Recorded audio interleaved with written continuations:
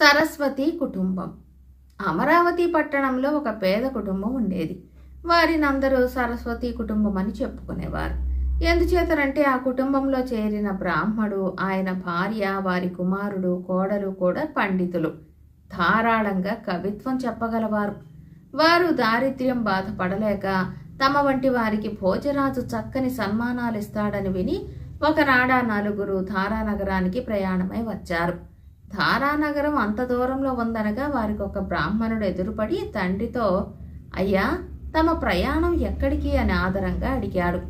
సమస్త వేద పురాణాలు తెలిసిన భోజరాజు దర్శనార్థం వెళ్తున్నాం అన్నాడు తండ్రి వినయంగా. వేద పురాణాలు ఏం చదివాడో ఆ భోజమహారాజు. ఆయనకు అక్షరాలు చదవడమే రాదు. లేకపోతే బ్రహ్మదేవుడు నా నొసట రాసిన దారిద్ర్య రేఖ చదివి కూడా ఇంత ధనమిస్తాడా అంటూ అతను వెళ్ళిపోయాడు. ఈ మాటలు వినగానే సరస్వతి కుటుంబానికి అంతులేని ఆనందం కలిగింది. భోజరాజు నిజంగానే గొప్ప దాత, దరిద్రుల పట్ల ఆదరం కలవాడు అయి ఉండాలని వారు తెలుసుకున్నారు. పరదేశీయులు రాజాజ్ఞ లేకుండా నగరం ప్రవేశించే అధికారం లేదు. అందుచేత సరస్వతి కుటుంబం వారు ఊరి బయట ఒక మర్రి చెట్టు కింద విడిది ఏర్పాటు చేసుకుని నగరులోకి తమ రాక గురించి కబురు చేశారు. కొంతసేపు అయ్యాక రాజుగారి నౌకరొకడు లోటా నిండా పాలు తెచ్చి, రాజుగారు ఇమ్మన్నారు అని కుటుంబ పెద్ద అయిన బ్రాహ్మడికి ఇచ్చాడు. మా నగరం నిండా పాల వంటి పాండిత్యం గలవారున్నారు, మీకు చోటెక్కడా అని భోజరాజు అభిప్రాయం. అతనిది గ్రహించి ఆ పాలలో ఇంత చక్కెర కలిపి, ఇది తీసుకుపోయి రాజుగారికి ఇవ్వు అన్నాడు. మీ నగరంలో ఉన్న పండితులలో మేము కూడా పాలలో చక్కెరలాగా కలిసిపోయి వారి పాండిత్యానికి తీపి కూడా చేకూరుస్తాము అని అతని భావం. ఇది గ్రహించి భోజరాజు సంతోషించాడు. అయినా ఈ సరస్వతి కుటుంబాన్ని ఇంకా పరీక్షించాలని ఆయనకు బుద్ధి పుట్టింది. అందుకని ఆయన తన దుస్తులు తీసివేసి సామాన్యుడి దుస్తులు ధరించి సూర్యాస్తమయమైన తర్వాత మర్రి చెట్టు వద్దకు వచ్చాడు. అక్కడ భోజరాజుకు అత్తాకోడళ్ళు మాత్రమే కనిపించారు. తండ్రి కొడుకులు సంధ్యావందనం కోసం ఏటికి వెళ్ళి ఉంటారని గ్రహించి భోజరాజు తాను కూడా అక్కడికి వెళ్ళాడు. అక్కడ బ్రాహ్మడి కొడుకు కనిపించాడు. భోజరాజు అతని వంక ప్రశ్నార్థకంగా చూసి నది నీళ్లు దోసిట తీసి తాగాడు. ఇలా తాగడంలో భోజరాజు ఉద్దేశం, సముద్రాలను దోసిట పట్టి తాగిన అగస్త్యుడులాగా మీరు బ్రాహ్మలే కదా అని. ఇది గ్రహించిన బ్రాహ్మణ కుమారుడు మారువేషంలో ఉన్న భోజరాజు కేసి ప్రశ్నార్థకంగా చూస్తూ ఒక రాయి తీసి నీటిలో వేశాడు. సముద్రంలో కొండలు వేసి వారధి కట్టిన శ్రీరాముడిలాగా మీరు క్షత్రియులే కదా అని అతని భావం. అది గ్రహించి సంతోషించిన వాడే భోజరాజు ఇంటికి వెళ్ళిపోయాడు. కానీ ఈ సరస్వతి కుటుంబం వారిని ఇంకా దగ్గరగా పరీక్షించి వారి కవితాశక్తి కూడా చూస్తే తప్ప భోజుడికి నిద్ర పట్టేలా కనపడలేదు. ఆయన కట్టెలు కొట్టేవాడి వేషం ధరించి కట్టెల మోపొకటి నెత్తిన పెట్టుకుని ఆ రాత్రి నగర ద్వారం మూసే వేళకు బయటికి వచ్చి మర్రి చెట్టు కింద మకాన్ చేసి ఉన్న సరస్వతి కుటుంబం వారిని చేరుకున్నాడు. అయ్యా, అడవిలో ఆలస్యమైపోయింది, నగర ద్వారం మూసివేశారు. మీ ఇష్టం వచ్చిన ధరకు కట్టెలు కొనుక్కొని నన్ను రాత్రికి ఇక్కడ పడుకొనివ్వండి, ఉదయమే నా దారిన నేను పోతాను అని భోజరాజు కుటుంబ పెద్దను అడిగాడు. ఆ బ్రాహ్మడు తన దగ్గర ఉన్న దానిలో కొంత భోజరాజుకిచ్చి, అలాగే పడుకోనాయనా, ఇదేం మా సొత్తా అన్నాడు.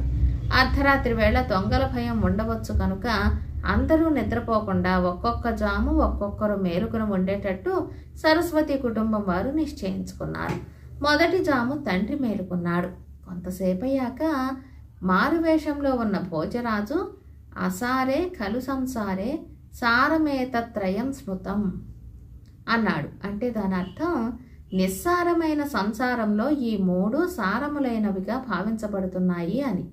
ఈ మాట విని మేలుకొని ఉన్న బ్రాహ్మడు, కాశ్యాం వాసః సతాం సేవ మురారే స్మరణం తథా అన్నాడు. కాశీలో నివసించటం, సజ్జనులను సేవించటం, భగవన్నామ స్మరణ చేయటం అని దాని అర్థం. భోజరాజుది విని సంతోషించి పలకకుండా పడుకున్నాడు. ఆయన పెద్ద బ్రాహ్మడు గొప్ప పండితుడని గ్రహించాడు. ఒక జాము పూర్తి కాగానే బ్రాహ్మడు తన భార్యను లేపి తాను నిద్రపోయాడు. కొంచెం సేపు అయ్యాక బ్రాహ్మడి భార్యకు వినపడేటట్టు భోజరాజులా అన్నాడు, అసారే ఖలు సంసారే సారమేతద్వయం స్మృతం. నిస్సారమైన సంసారంలో ఈ రెండు సారములైనవిగా భావించబడుతున్నాయి అని దాని అర్థం. అది విని బ్రాహ్మడి భార్య అలా చెప్పింది. కసార శర్కరాయుక్త కంసారి చరణద్వయం. చక్కెరతో చేసిన పిండి వంట శ్రీహరి పాదాలు అని అర్థం. మూడో జామున బ్రాహ్మడి కొడుకు మేలుకొని ఉన్న సమయంలో భోజరాజు మళ్ళీ ఇలా అన్నాడు. అసారే ఖలు సంసారే సారం స్వసుర మందిరం. నిస్సారమైన సంసారంలో సారమైనది అత్తవారి ఇల్లు అని అర్థం. దానికి బ్రాహ్మడి కొడుకు సమాధానం చెప్పాడు. హరిస్సేతే హిమగౌరే హరిస్సేతే పయోనిధౌ. శివుడు తన అత్తవారి ఇల్లైన హిమవత్ పర్వతం మీద పడుకున్నాడు. విష్ణువు తన అత్తవారి ఇల్లైన పాల సముద్రం మీద పవడించాడు. శివుడి భార్య పార్వతి హిమవంతుడి కూతురు, విష్ణువు భార్య లక్ష్మి పాల సముద్రంలో పుట్టిందని దీనికి అర్థం. ఇది విన్న భోజరాజు ఆనందానికి మేరలేదు. 4వ జాము మేలుకునే వంతు కోడలిది కాగానే భోజరాజు ఇలా అన్నాడు. అసారే ఖలు సంసారే సారం సారంగలోచన. అంటే అర్థం నిస్సారమైన సంసారంలో సారమైనది స్త్రీ అని. ఇది విని బ్రాహ్మడి కోడలు ఈ కట్టెలు కొట్టేవాడు భోజరాజేనని గ్రహించి ఈ విధంగా చెప్పింది. యస్యాహ కుక్షో సముత్పన్నో భోజరాజ భవాదృశః. ఓ భోజరాజా, నీ వంటి వారు ఏ స్త్రీ కడుపున పుడతారో ఆ స్త్రీ నిస్సారమైన సంసారంలో సారమైనది అని అర్థం. ఈ మాట చెవిని పడగానే భోజరాజు చివాలున లేచి ఆ చీకటిలోనే తన అంతఃపురానికి వెళ్ళిపోయాడు. ఉదయం కాగానే సరస్వతి కుటుంబానికి భోజరాజు ఆస్థానం నుంచి ఆహ్వానం వచ్చింది. ఆ ఆహ్వానానికి సరస్వతి కుటుంబంలోని ప్రతి ఒక్కరూ ఎంతగానో సంతోషించారు. భోజరాజు మారువేషంలో వచ్చి తమకు పెట్టిన పరీక్షల్లో తాము నెగ్గామని వాళ్ళు గ్రహించారు. అందరూ వెనువెంటనే అక్కడి నుండి బయలుదేరి ఆస్థానానికి వెళ్ళారు. భోజరాజు సరస్వతి కుటుంబాన్ని ఎంతో ఆదరంతో స్వీకరించాడు. కుటుంబంలోని ప్రతి ఒక్కరూ సమాన పాండితీ ప్రతిభ కలవారేనని మెచ్చుకున్నాడు. తర్వాత ఆయన వారినందరినీ నెల జీతాల మీద తన కొలువులో ఉంచుకుని ఆదరించాడు. కథా సమాప్తం. పురుషద్వేషిణి. పూర్వం విజయుడు అనే రాజుకు రత్నావళి అనే కుమార్తె ఉండేది. ఆమె చాలా చిన్నపిల్లగా ఉండగా ఆమె దాది రోజు ఒక కథ చెప్పేది. ఆ కథ ఏమంటే, అనగనగా ఒక అరణ్యంలో ఒక అడవి పావురాల జంట ఉండేది. లేక లేక వాటికి 4 పిల్లలు పుట్టాయి. ఒకనాడు అరణ్యంలో కార్చిచ్చు బయలుదేరి ఇంకా ఎగరలేని స్థితిలో ఉన్న ఆ పిల్లలను దహించి వేసింది. ఇది చూసి ఆడపావురం చాలా దుఃఖించింది. నా పిల్లలు పోయాక నేను మాత్రం బతకడం దేనికి? ఆ మంటల్లోనే పడి ఆత్మహత్య చేసుకుంటానన్నది. మగపావురం తాను కూడా ఆత్మహత్య చేసుకుంటానని బయలుదేరింది. కానీ సగం దారిలో మగపావురం, మనం ఆత్మహత్య చేసుకోవద్దు, మనముంటే ఇంకా పిల్లలు కలగవచ్చు, మనమే పోతే ఇంకేముంది అన్నది. ఛీ, నీకు పిల్లలు పోయిన విచారమే లేదు, నేను నీ మాట వినను అంటూ ఆడపావురం ఒంటరిగా వెళ్ళి మంటల్లో పడి చచ్చిపోయింది. లోకంలో ఎవరినన్నా నమ్మవచ్చు కానీ మగవాళ్లను నమ్మకూడదు. ఈ కథ విని రాజకుమార్తె దాదిని, చచ్చిపోయిన ఆడపావురం ఏమైంది అని అడిగేది. దాది నవ్వుతూ, ఆ పావురమే మా రాజుగారి కడుపున ఇలా పుట్టింది అని రాజకుమార్తెను ముద్దులాడేది. కొద్ది కాలానికి ఆ దాది చనిపోయింది. కానీ రాజకుమార్తె దాది చెప్పిన అడవి పావురాల కథ, మగవారిని నమ్మరాదనే నీతి మాత్రం మర్చిపోలేదు. రత్నావళి ఒకనాడు తండ్రితో, నాన్న, నా కోసం తోటలో ప్రత్యేకంగా ఒక భవనాన్ని కట్టించు, అందులో నేను నా చెలికత్తెలు మాత్రం ఉంటాం, అటుకేసి మగ పురుగు ఎవరూ రాకుండా కట్టుదిట్టం చేయించు అని అడిగింది. అదేమిటి, నేడో రేపో నీ పెళ్లి చేద్దామనుకుంటున్నామే అన్నాడు తండ్రి. ఈ జన్మలో కాదు కదా, 1000 జన్మలెత్తినా నేను పెళ్లాడేది కల్లా అని చెప్పింది రత్నావళి. కొంతకాలం గడిచింది. దూరదేశం నుంచి ఒక రాజు కొడుకు, మంత్రి కొడుకు వచ్చారు. రత్నావళి ఉండే భవనం చుట్టూ ఉన్న తోటను చూసి అక్కడ కాసేపు విశ్రాంతి తీసుకుని ముందుకు పోదామని అందులో ప్రవేశించారు. వాళ్ళు తోటలోకి అడుగుపెట్టిన క్షణంలోనే, పొండి పొండి, ఇక్కడ పురుషులు అడుగు పెట్టరాదు, మీరు పరదేశీయుల్లో ఉన్నారు, ఇది మా రాజకుమార్తె రత్నావళీదేవి భవనం, ఇక్కడికి పోతుటేగ వచ్చినా మా రాజుగారు తీవ్రంగా దండిస్తారు అంటూ ఒక దాసి అరుచుకుంటూ అక్కడికి వచ్చింది. మేమేం మీ రత్నావళిని ఎత్తుకుపోతామా అన్నాడు రాజకుమారుడు. మా దేవి గారికి పురుషుల పొడ కూడా గిట్టదు, తెలిసిందా? వేగిరం వేంచేయండి అన్నది దాసి. ఇద్దరు తోట నుంచి బయటికి వచ్చేశారు. మిత్రమా, ఈ పురుషద్వేషిణిని పెళ్ళాడి తీరాలని నా అంతరాత్మ చెబుతున్నది. ఏమిటి సాధనం అన్నాడు రాజకుమారుడు. అసలామె ఎంత అనాకారి మనిషో నేను విచారించి చూస్తాలే అన్నాడు మంత్రి కుమారుడు. ఇద్దరూ నేరుగా నగరానికి వెళ్ళి పేదరాశి పెద్దమ్మ వెంట బస ఏర్పరచుకున్నారు. అవ్వా, మీ రాజు కూతురికి పురుషద్వేషం అంట, కురూపి కాదు గదా అన్నాడు మంత్రి కుమారుడు. మా రత్నావళి చక్కని చుక్క కాదు అన్నది పెద్దమ్మ. అయితే ఈ పురుషద్వేషానికి కారణం అని అడిగాడు మంత్రి కుమారుడు. ఈ సంగతి మళ్ళీ ఎక్కడ అనకండి బాబు, పరమ రహస్యం. రత్నావళి కిందటి జన్మలో ఆడపావురం పెట్టక పిల్లల్ని పెడితే అగ్నిదేవుడు పొట్టను పెట్టుకున్నాడు.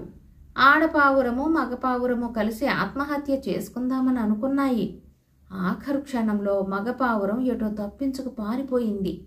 ఆడపావురం మంటల్లో పడి చనిపోయి మా రాజు కడుపున పుట్టింది అన్నది పేదరాశి పెద్దమ్మ. ఈ రహస్యం ఎవరు కనిపెట్టారవ్వా అని అడిగాడు మంత్రి కొడుకు. అయ్యో నాయనా, రత్నావళికి పూర్వజన్మ జ్ఞానం ఉంది అన్నది అవ్వ. ఓహో అలాగా అంటూ మంత్రి కుమారుడు కర్తవ్యం ఆలోచించాడు. మర్నాడు తెల్లవారుతోనే రాజు కొడుకు మంత్రి కొడుకు పేదరాశి పెద్దమ్మ దగ్గర సెలవు పుచ్చుకుని బయలుదేరారు. వాళ్ళు ఊరి బయటి దాకా వెళ్ళి అక్కడ వేషాలు మార్చుకుని తిరిగి వచ్చారు. రాజుగారి ఆస్థానానికి నేరుగా వెళ్ళారు. మీరెవరు, ఏ దేశం వారు అని రాజు మామూలు ప్రశ్నలు వేశాడు. మహారాజా, మాది నేపాళం. వీరు నా గురువు గారు. ఇంద్రజాలంలో ప్రపంచంలో వీరికి సాటి ఎవ్వరూ లేరు. వీరు జలస్తంభన, వాయుస్తంభన, అగ్నిస్తంభన వగైరా విద్యలన్నీ చూపిస్తారు. ఎడారిలో మహారణ్యాలు పుట్టిస్తారు. ఎండిపోయిన చెట్ల మీద పళ్ళు పండిస్తారు. తమరు మెచ్చి తగిన బహుమానం ఇవ్వాలి అన్నాడు మంత్రి కుమారుడు. మంచిది, ఈ ప్రదర్శనాన్ని తోట భవనం వద్ద ఏర్పాటు చేస్తాం. మా అమ్మాయి కూడా చూస్తుంది అన్నాడు రాజు. మంత్రి కుమారుడు ఆందోళన అభినయిస్తూ, మహారాజా వద్దు వద్దు, మా గురువుగారు స్త్రీద్వేషి, ఆడవారిని చూడరు. మీ బహుమానం లేకపోయినా మానే, వ్రతభంగం కావటానికి ఎంతమాత్రం వీలు లేదు అన్నాడు. ఓహో అలాగా, పోని స్త్రీజనం రహస్యంగా కూర్చునైనా ప్రదర్శనం చూడవచ్చునా అన్నాడు రాజు. వారు కనిపించరాదు, వారి గొంతు వినిపించరాదు అన్నాడు మంత్రి కుమారుడు. ఆ ప్రకారమే ఏర్పాట్లు జరిగాయి. తోట భవనం ఆవరణలో స్త్రీలకు ప్రత్యేక స్థలం ఏర్పాటు చేసి స్త్రీలు కనిపించకుండా తెరలు కట్టారు. ఇంద్రజాలం ప్రారంభించటానికి రాజు కొడుకు లేచి నిలబడి ఇలా చెప్పసాగాడు. నా విద్యలను స్త్రీలు సరిగా చూడలేకపోతే ఏలినవారు నన్ను మన్నించాలి. నాకు గల స్త్రీద్వేషానికి కారణం చెబుతాను. నాకు పూర్వజన్మ జ్ఞానం ఉన్నది. నేను కిందటి జన్మలో ఒక అడవి పావురాన్ని. నేను నా భార్య ఎంతో అన్యోన్యంగా ఉండేవాళ్లం. మాకు లేక పిల్లలు కలిగితే అగ్నిదేవుడు వాటిని పొట్టన పెట్టుకున్నాడు. నేను నా భార్య ఆత్మహత్య చేసుకుందామని అనుకున్నాం. ఆఖరు క్షణంలో నా భార్య ఏటో వెళ్ళిపోయింది. నేను మాత్రం స్త్రీలను ఏ జన్మలోనూ నమ్మరాదనుకుంటూ అగ్నిలో పడి ప్రాణాలు అర్పించి ఆ పుణ్యం ఫలితంగా ఈ జన్మలో ఇంద్రజాల విద్యతో పుట్టాను. జన్మ జన్మాలకు నా భార్యకు వివాహం ఉండదు. ఇదే ఆమెకు నా శాపం. నేను కూడా స్త్రీని ద్వేషిస్తాను. ఇదంతా వింటున్న రత్నావళి తెర తోసుకుని ముందుకు వచ్చి, అబద్ధం, పచ్చి అబద్ధం. సంతాన శోకంతో మరణించింది నేను. నువ్వే ఏటో ఎగిరిపోయావు అన్నది. నేనా? నేను మరుక్షణమే మంటల్లో పడిపోయాను. నన్ను మోసగించినది నువ్వే అన్నాడు రాజకుమారుడు. మనం బతికుంటే మళ్ళీ పిల్లలు పుడతారన్నావు. నువ్వే మోసగాడివి అన్నది రాజు కూతురు. నీ దీక్ష పరీక్షించటానికి అలా అన్నాను గాని, భగవంతుడికి పిల్లల్నివ్వాలనే ఉంటే కలిగిన పిల్లలను మంటల పాలు చేస్తాడా? నువ్వే మోసగత్తెవు. నేనా మాట అనగానే నువ్వు మరొక దిక్కుగా పారిపోయి ప్రాణం రక్షించుకున్నావు అన్నాడు రాజు కొడుకు కోపం నటిస్తూ. అయ్యిందేదో అయిపోయింది గురువర్య. మీరు మీ భార్యను క్షమించి ఏలుకోండి. మిమ్మల్ని ఆ పరమేశ్వరుడే కలిపాడని మేమంతా అనుకుంటున్నాం అన్నాడు మంత్రి కుమారుడు. రాజకుమారుడు ప్రసన్నుడై రత్నావళిని సమీపించి, నేను నీకు అన్యాయం చేసి ఉంటే క్షమించు, నువ్వు మంటలలో దూకలేదనుకున్నాను అన్నాడు. నేనే పాపిష్టిదాన్ని, నన్ను చావనిచ్చి మీరు తప్పించుకుపోయారని అనుకున్నాను, నన్నే మీరు క్షమించాలి అన్నది రత్నావళి. చివరకు రాజకుమారుడు చేసిన ఇంద్రజాలం రత్నావళి యొక్క స్త్రీ ద్వేషాన్ని పోగొట్టడమే. ఇందుకు బహుమానంగా రాజు అతనికి రత్నావళినిచ్చి శుభముహూర్తాన పెళ్లి చేసేశాడు. కథ సమాప్తం. జాతక కథ. నవకోటి నారాయుడు. బ్రహ్మదత్తుడు కాశీరాజ్యాన్ని పాలించేటప్పుడు ఒక మహాధనికుడు ఉండేవాడు. ఆయన 9వ కోటి పూర్తి చేసి పడగ ఎత్తే సమయానికి ఒక కొడుకు పుట్టాడు. అందుచేత కొడుక్కి ఆప్యాయంగా నవకోటి నారాయుడు అని పేరు పెట్టాడు. నారాయుడికి తండ్రి లేదనకుండా కోరిన కోరికలన్నీ తీర్చేవాడు. అందుచేత కుర్రవాడు ఆడింది ఆట, పాడింది పాట అయ్యింది. అతడు దుష్టులతోనూ దుండగేళ్లతోనూ సహవాసం చేయసాగాడు. ఏమైతేనేం యుక్త వయసు వచ్చేసరికి తండ్రి ఒక చక్కటి పిల్లను చూసి నారాయుడికి అతి వైభవంగా పెళ్లి జరిపించాడు. మరికొద్ది కాలానికి ఆయన కాలం చేశాడు. చిన్నప్పటి నుంచి నారాయుడు హద్దు పద్దు లేకుండా చేస్తూ వచ్చిన బాకీలన్నీ తడిసి మోపెడై తండ్రి పోయేసరికి కాలసర్పాలలాగా వచ్చి పట్టుకున్నాయి. రుణదాతలందరూ ఒక్కసారిగా వచ్చి చుట్టుకున్నారు. ఈ స్థితిలో నారాయుడికి జీవితం అంటే నిస్పృహ తోచింది. గత్యంతరం కానక చివరకు చస్తే మేలనిపించింది. ఏమీ బదులు చెప్పలేక నారాయుడు వారితో, అయ్యా, నేను గంగ ఒడ్డున ఫలానా రావి చెట్టు కింద ఉంటాను. అక్కడ మా పూర్వులు వదిలి వెళ్లిన నిక్షేపమున్నది. మీ పత్రాలన్నీ పట్టుకుని అక్కడికి రండి అని చెప్పాడు. అవుననుకునే అందరూ ఆ రావి చెట్టు వద్దకు వెళ్లి సిద్ధంగా ఉన్నారు. నారాయుడు నిక్షేపం కోసం వెతుకులాడుతున్నట్లు నడిరాత్రి వరకు అటు ఇటు తచ్చాడి వాళ్ళు ఆదమరుపుగా ఉండటం చూసి గభీమని గంగలోకి దుమికేశాడు. జై పరమేశ్వర అంటూ అతను జాలిగా కేక వేసేటంతలో ప్రవాహ వేగం అతన్ని ఎంత దూరమో లాక్కుపోయింది. ఆ కాలమందు బోధిసత్వుడు ఒక లేడిగా జన్మించి తక్కిన లేళ్ల మందలకు దూరంగా గంగా తీరాన లతలు పొదలు అల్లుకున్న ఒక మామిడి తోటలో నివాసం ఏర్పరచుకున్నాడు. ఈ లేడి అన్ని విధాల ప్రత్యేకత కలది. బంగారు శరీరఛాయ, లక్క వంటి కాళ్ల డెక్కలు, వెండి కొమ్ములు, రత్నపు పొళ్లలాగా జగజగ మెరిసే చక్కటి కన్నులు, ఇటువంటి అపూర్వ సౌందర్యంతో ప్రకాశిస్తున్నది ఈ లేడి. ఈ లేడికి అర్ధరాత్రి సమయాన విపత్తులో ఉన్న ఒక మానవుని ఆక్రందనం వినిపించింది. ఏమిటి దీనాలాపం అనుకుంటూ బంగారు లేడి లేచి ఎదురీది పోయి నారాయుడి వద్దకు చేరుకుంది. నీకు వచ్చిన భయం లేదు నాయనా అంటూ అది వానికి ధైర్యం చెప్పి వానిని వీపుపైన ఎక్కించుకుని తీరం చేరుకుని తిన్నగా తన బసకు తీసుకుపోయింది. అతడు తేరుకునే వరకు ఆ లేడి అరణ్యంలో నుంచి ఫలాదులు తెచ్చి అతని ఆకలి దప్పులు తీర్చింది. తర్వాత ఒక రోజున, నాయనా, నిన్ను ఈ అరణ్యం దాటించి మీ రాజ్యానికి దోవ చూపిస్తాను, క్షేమంగా వెళ్ళిపో. అయితే ఒకే ఒక్క కోరిక, పట్టపు రాజు గాని మరే శ్రీమంతుడు గాని నిన్ను ఎంతగా ఆకర్షించినప్పటికీ ఫలాని చోట బంగారు లేడి ఉన్నదనే సంగతి మట్టుకు వెల్లడించవద్దు. ఇదే నా కోరిక అని చెప్పింది. సరేనన్నాడు నారాయుడు. ఈ వాగ్దానం నమ్మి బంగారు లేడి అతన్ని తన వీపుపైన ఎక్కించుకుని కాశీరాజ్యానికి పోయే బాట మీద వదిలిపెట్టింది. సరిగా నారాయుడు కాశీపట్టణం చేరుకున్న రోజునే ఒక చిత్రం జరిగింది. అంతకు క్రితం రాత్రి పట్టపురాణికి కలలో ఒక సుందరమైన బంగారు లేడి కనిపించి ధర్మబోధ చేసిందట. రాణి తన భర్త వద్దకు వచ్చి, అసలు లోకంలో ఉండకపోయినట్టయితే ఇటువంటి లేడి రూపం నాకెందుకు కనపడుతుంది? ఉండే తీరాలి, దాన్ని వెంటనే నాకు పట్టి తెస్తేనే తప్ప జీవాలు నిలవవు అంటూ పట్టుపట్టింది. తక్షణమే రాజు సభ తీర్చాడు, సలహాలు చేశాడు. చివరకు చేసిన ఏర్పాటు ఏమంటే, ఒక ఏనుగు మీద అంబారి, అంబారీలో బంగారు బరిణె, బరిణె లోపల 1000 బంగారు నాణేలు, వీటితో అది ఊరేగుతుంది. బంగారు లేడిని గురించిన పోగట్ట ఎవరైతే ముందుగా చెబుతారో వానికి బంగారు బరిణెలోని బంగారు నాణేలను బహుమతిగా ఇస్తారు. ఈ విధమైన ఒక ప్రకటన స్వర్ణపత్రం మీద లిఖింపించి సేనాని ఊరూరా దండోరా వేయించాడు. సరిగా ఈ దండోరా వేసే సమయానికే నారాయుడు కాశీనగరంలో అడుగుపెట్టాడు.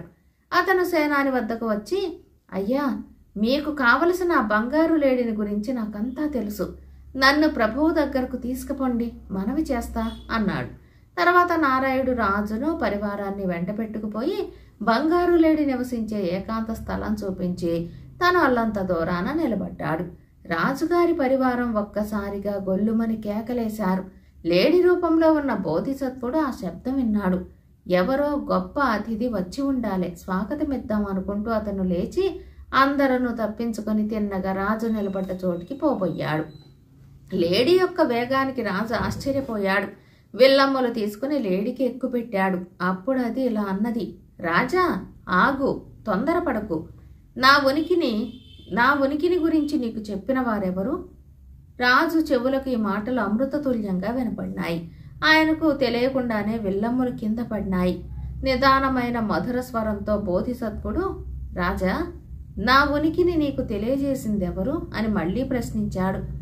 రాజు నారాయుడిని వేలుపెట్టి ఆనవాలు చూపించాడు. అప్పుడు బోధిసత్వుడు ఇలా ధర్మం చెప్పాడు. లోకంలో మానవుని మించిన కృతజ్ఞుడు లేడని శాస్త్రాలు చెప్పిన మాట నిజం. జంతు భాష తెలుసుకోవచ్చు, పక్షి భాష తెలుసుకోవచ్చు, కానీ మనిషి మాట అర్థం చేసుకోవటం బ్రహ్మతరం కాదు అంటూ తను నారాయుడిని రక్షించి అతని వద్ద నుంచి వాగ్దానం తీసుకున్న వృత్తాంతమంతా రాజుకు వివరించాడు. రాజు ఉగ్రుడై, ఇదా సమాచారము? ఇటువంటి కృతజ్ఞుడు మహాపాపి, లోకానికి పీడ. ఒక్క బాణంతో వీణ్ణి హతమారుస్తాను అని బాణం తీశాడు. బోధిసత్వుడు ఆయనను వారించి, రాజా చంపవద్దు, ప్రాణం తీస్తే ఏముంది, బ్రతికి ఉంటే ఏనాటికైనా వాడికే బుద్ధి వచ్చి బాగుపడతాడు.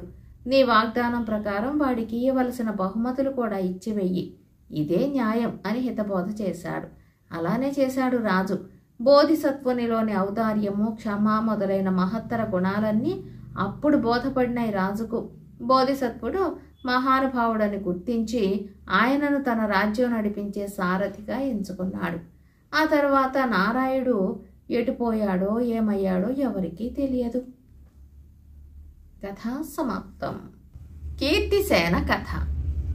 పాటలీపురంలో ఒక ధనవంతుడికి కీర్తిసేన అనే కుమార్తె ఉండేది.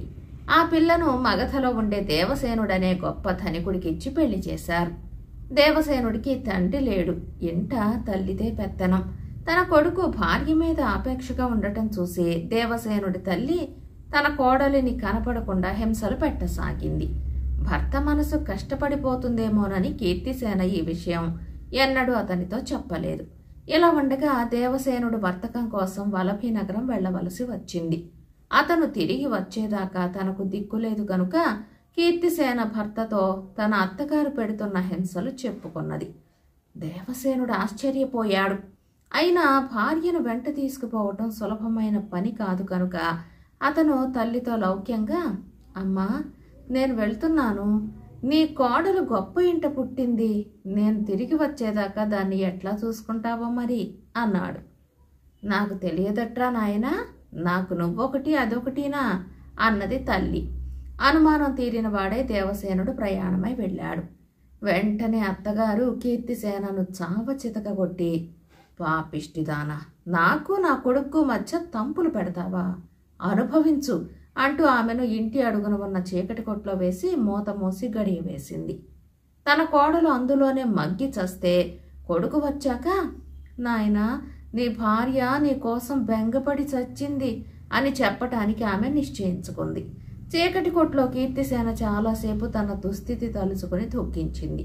తనకు కొండంత తండ్రి ఉన్నాడు, ప్రాణమిచ్చే భర్త ఉన్నాడు, బోలెడంత ధనం ఉంది, కానీ తన గతి ఇంత నీచంగా పరిణమించింది. ఆమె ఆ చీకట్లో తడిమి చూడగా ఒక మూల తవ్వుగోల దొరికింది. ఉత్సాహం తెచ్చుకుని దానితో సొరంగం తవ్వసాగింది. తవ్వగా సొరంగం ఆమె పడక గదిలోకి వెళ్ళింది. వెంటనే కీర్తిసేన దొరికినన్ని బట్టలు నగలు పోగు చేసుకుని తెల్లవారేలోపుగా ఊరి బయట పడింది. ఈ స్థితిలో తాను తండ్రి దగ్గరికి పోవటం భర్తకు అవమానమవుతుందని ఆమెకు తోచింది. అందుచేత దారి కనుక్కుంటూ వలభీకే వెళ్ళి తన భర్తను చేరుకుందామని అనుకుంది. ఆమె ఒక చెరువులో స్నానం చేసి మగవేషం వేసుకుంది. తన దగ్గర ఉన్న బంగారంలో కొంత దారి ఖర్చుకు అమ్మేసి బయలుదేరింది. దారిలో ఆమెకు సముద్రదత్తుడనే వర్తకుడు తటస్థపడ్డాడు. ఆయన కూడా వలభికే పోతున్నాడు. ఈ సముద్రదత్తుడి వెంట చాలా బళ్ల సామానున్నది. ఈ సామానంతా మామూలు దారిన తీసుకుపోతే ప్రతి నగరంలోనూ పన్ను చెల్లించవలసి వస్తుందని వర్తకుడు బళ్లను అడవి దారి పట్టించాడు. అడవిలో కొంత దూరం పోయి ఒక చోట విడిది చేశారు. మరికొంచెం సేపటికల్లా దూరాన నక్కల కోతలు వినిపించాయి. ఎవరో బందిపోటు దొంగలు వస్తున్నారని వర్తకుడి మనుషులు గ్రహించి ఆయుధాలు తీసుకుని చుట్టూ నిలబడ్డారు. దొంగలు వచ్చినట్టయితే తనకు ప్రాణహానేగాక తాను స్త్రీ అన్న సంగతి బయటపడితే మానహాని కూడా కాగలదని కీర్తిసేన గ్రహించింది. ఆమె తన రక్షణ భారాన్ని వర్తకుడికి వదలక చుట్టూ వెతికి ఆ అడవిలో ఒక చోట గుంట ఒకటి ఉండటం గమనించి అందులో దూకి పైన దట్టంగా ఆకులు కప్పేసుకుంది. ఆ రాత్రి దొంగల దండు రానే వచ్చింది. దొంగలు వర్తకుడి మనుషులతో యుద్ధం చేసి కొందరిని చంపి సొత్తు యావత్తు కొల్లగొట్టుకుపోయారు. వర్తకుడు చావగా మిగిలిన అతని మనుషులు పారిపోయారు. తెల్లవారగానే కీర్తిసేన తనను కాపాడిన గుంటలో నుంచి బయటికి వచ్చి అడవి వెంబడి నడవసాగింది. అట్లా కొంత దూరం వెళ్లేసరికి అక్కడ ఆమెకు ఆటవికుల గూడెం ఒకటి కనిపించింది. ఆ గూడెంలో ఆమెకు ఒక వింత దృశ్యం కనిపించింది. ఒక ఆటవిక వైద్యుడు ఒక రోగిని తెచ్చి అతని తలకు నెయ్యి మర్దించి ఎండలో కూర్చోబెట్టాడు. తర్వాత ఒక నీళ్లకుండ తెచ్చి రోగి పక్కన పెట్టాడు. ఆ రోగి చెవి వాచి ఎర్రగా ఉన్నది. ఒక వెదురు గొట్టం తెచ్చి దాని ఒక చివర నీళ్లకుండలోనూ రెండో చివర జబ్బుగా ఉన్న మనిషి చెవికి ఆనించి పెట్టాడు. కీర్తిసేన చూస్తూ ఉండగానే జబ్బుగా ఉన్న చెవి రంగు మారింది. రోగి ముఖాన బాధ లక్షణాలు పోయాయి. వైద్యుడు నీళ్లకుండలో నుంచి పురుగులు కొన్ని తీసి చూపించాడు. రోగి చెవిలో చేరి వ్యాధి తెప్పించిన ఈ పురుగులు ఎండవేడికి తాళలేక గొట్టం గుండా చల్లని నీటి కుండలోకి వచ్చేశాయి. ఇటువంటి పురుగులే పట్టి వసుదత్త మహారాజు గారిని పీడిస్తున్నాయి. వారు చావనన్నా చస్తారు గాని మనబోటి వారి చేత వైద్యం చేయించుకోరుగా అన్నాడు ఆటవిక వైద్యుడు. ఇదంతా చూసి ఆశ్చర్యపడుతూ కీర్తిసేన ముందుకు పోయింది. కొంత దూరం వెళ్ళాక ఆమెకు దారి పక్కన ఒక గొర్రెల కాపరి కనిపించాడు. వసుదత్త మహారాజు గారు ఉండేది ఎక్కడా అని ఆమె వాడిని అడిగింది. అదిగో ఆ కనిపించేదే వసుదత్తపురం. ఈ అడివంతా ఆ మహారాజుదే అన్నాడా గొర్రెల కాపరి. కీర్తిసేనకు ఇంకొక ఆశ పుట్టింది. సామాన్యంగా వర్తకులంతా ఈ దారినే వస్తారని సముద్రదత్తుడు అన్నాడు. తన భర్త కూడా ఈ దారినే రావచ్చు. తాను వసుదత్తపురం చేరినట్టయితే అక్కడే తన భర్తను కలుసుకోనవచ్చు. ఆటవిక వైద్యుడు చెప్పిన మాట నిజమైతే తాను రాజుకు చికిత్స కూడా చేయవచ్చు. రాజుగారి ఆదరం సంపాదించుకుంటే ఆయన తన భర్తను క్షేమంగా అడవి దాటించగలడు. ఈ విధంగా ఆలోచిస్తూ కీర్తిసేన వసుదత్తపురం చేరి రాజభవనానికి వెళ్ళింది. అప్పటికే వసుదత్త మహారాజు చావు బతుకుల మధ్య ఉన్నాడు. నగరంలో వైద్యులందరూ ఎన్నో రకాల వైద్యాలు చేసి చూసి లాభం లేక వదిలిపెట్టేశారు. మగవేషంలో ఉన్న కీర్తిసేన రాజుగారికి చికిత్స చేస్తాననేసరికి అందరికీ కొత్త ఆశ కలిగింది. ఆమె రాజుకు చికిత్స చేసింది. నీళ్లకొండలో రాజుగారి చెవి నుండి ఎన్నో పురుగులు పడ్డాయి. రాజుగారికి బాధంతా పోవటమే కాక ప్రాణం తిరిగి వచ్చినట్టయింది. ఆయన పాలు నెయ్యి సేవిస్తూ త్వరగా బలం చేకూర్చుకోసాగాడు. రాజుగారికి ప్రాణభిక్ష పెట్టిన కీర్తిసేనను పొగడని వారు లేరు. రాజుగారే కాక రాజ్యంలో ఉన్న ధనికులు పేదలు సైతం ఆమెకు అంతులేని కానుకలు సమర్పించారు. ఈ కానుకలన్నింటినీ ఆమె భద్రంగా తన వద్ద దాచి ఉంచింది. ఆమె అనుకున్నట్టే దేవసేనుడు తిరుగు ప్రయాణంలో వసుదత్తపురం చేరాడు. నగరంలోకి కొత్త బిడారు వచ్చిందంటే అందరికీ తెలుస్తుంది. ధనికులు వెళ్లి తమకు కావలసిన వస్తువులు కొనుక్కుంటారు. వర్తకులు తమ దగ్గర ఉండే సరుకు అమ్ముతారు. అనేక వేల మంది ఊరికే చూడబోతారు. రాజుగారు వసుదత్తుడి బిడారు చూడబోతూ కీర్తిసేనను కూడా తన వెంట తీసుకుపోయారు. ఆమె పురుష వేషంలో ఉన్నప్పటికీ దేవసేనుడు ఆమె కళ్ళు చూస్తూనే తన భార్య అని పోల్చుకున్నాడు. ఆ తర్వాత ఆమె పురుష వేషంలో ఉండటం అనవసరమయ్యింది. అన్ని కష్టాలు తీరి కీర్తిసేన తన భర్తను తిరిగి కలుసుకున్నది. వసుదత్త మహారాజు కూడా చాలా సంతోషించాడు. రాజుగారు దేవసేనుణ్ణి కీర్తిసేనను తన భవనానికి తీసుకుపోయి గొప్పగా విందు చేశాడు. కీర్తిసేన తను ఇంతకాలంగా అనుభవించిన కష్టాలను గురించి రాజుగారికి తన భర్తకు చెప్పేసింది. సరిగా చూస్తానని తనకు మాట ఇచ్చి కూడా తన భార్యకు ఇన్ని కష్టాలు తెచ్చిపెట్టిన తన తల్లి మీద దేవసేనుడికి పట్టరాని ఆగ్రహం కలిగింది. రాజుగారికి మటుకు కీర్తిసేన ధైర్య సాహసాలు చూసి చాలా ముచ్చటయ్యింది. మీరు నా కూతురు అల్లుడు లాంటివారు. మిమ్మల్ని నేను పోనిచ్చేదే లేదు. అమ్మాయి నా తర్వాత సింహాసనం ఎక్కుతుంది. నువ్వు ఈ ఊళ్ళోనే ఉండి వర్తకం చూసుకో. దీనికెవ్వరూ ఎదురు చెప్పడానికి వీల్లేదు అంతే అన్నాడు రాజు. దేవసేనుడు ఇంత జరిగాక తల్లి ముఖం చూడలేకపోయాడు. కీర్తిసేన ఎంత చెప్పినా తల్లిని తీసుకురావటానికి నిరాకరించాడు. ఒకరోజు కీర్తిసేన తనకు రాజు ఇతరులు ఇచ్చిన బహుమానాలన్నీ బళ్ల మీద వేయించుకుని అడవి దారిన భర్తతో ప్రయాణమయ్యింది. ఆమె ఆటవికుల గూడెం చేరి వైద్యుణ్ణి పిలిపించి, రాజుగారి జబ్బు కుదిర్చినందుకు నీకు ఈ బహుమతులు వారు పంపించారు అని తాను తెచ్చిన బహుమాన వస్తువులతో ఉన్న బళ్లను అతనికి ఇచ్చేసింది. ఆటవిక వైద్యుడు తను ఎప్పుడు ఏ విధంగా వసుదత్త మహారాజు గారి జబ్బు కుదిర్చానా అని ఆశ్చర్యపడుతూ తిరిగి వెళ్లిపోయే కీర్తిసేన దేవసేనుల వంక నోరు తెరుచుకు చూస్తూ నిలబడ్డాడు. కథ సమాప్తం.